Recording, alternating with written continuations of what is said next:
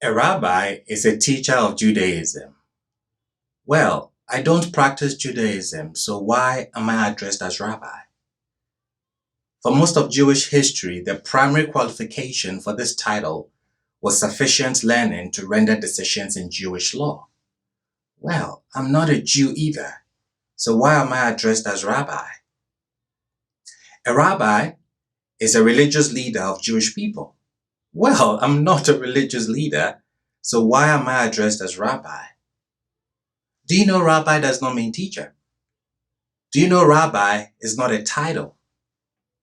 Notice Moses was not called rabbi. When Moses ordained Joshua, his student, he did not get the title rabbi. So if I don't practice Judaism, I am not a Jew, I'm not a religious leader, and rabbi does not mean teacher, then what am I doing with the word rabbi? Or why do people address me as such? I keep saying this, culture before text, and people usually take it for granted. Let me ask you this question. What is juju? Readily, my folks in West Africa will say fetish, witchcraft, or voodoo. Now, this is what it means in West Africa. When you get to the Bahamas, juju is a fruit. So, if I'm in the Bahamas and I tell an audience that I like juju, my audience in Bahamas knows I'm saying I like the fruit. If someone in Ghana hears the same statement, he would think I'm saying I like the voodoo doctor and his practices. But the person in Ghana failed to put the statement in its right culture before coming to his or her conclusions, making his conclusions false. He did not put the word in its right culture. Culture before text. Always remember that. Most of the time when we meet people and they say something, we assume we know what they mean because we generalize things. Remember what I said. I am not a Jew. Actually, I am a Hebrew. What does the word then mean from my cultural background as a Gadangbe Hebrew? The root meaning of the Hebrew word rabbi is large, great, much, or a lot of. In the post-biblical period, beginning with the Mishnaic times, this meaning became common. At first, it was a general word for master, whether of a slave or of a trade. Then it took on the additional sense of a spiritual or religious master, that is, of a teacher of disciples. Rabbi was originally a direct form of address on the part of a student to his teacher. My people back home don't call me rabbi, they address me as cholo. Because if you come to my cultural context, rabbi will be translated as cholo. Chon means to show. Cholo does not translate as teacher.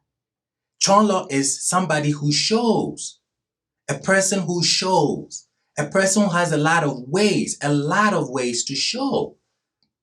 Another word that is translated as teacher that will not translate as rabbi is choselo.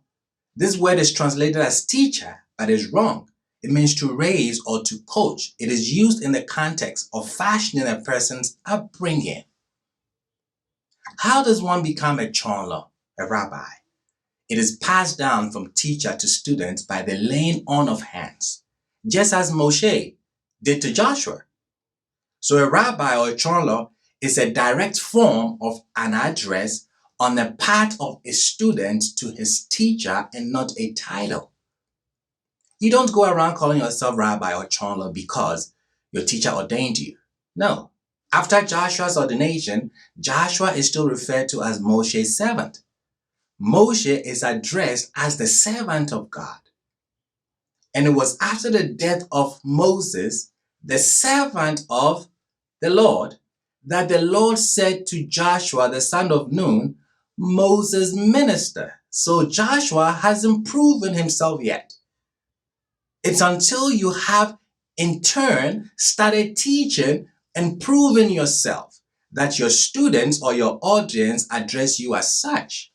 Like I said, it's not a title in the Hebraic context. Joshua starts off as the servant of Moshe.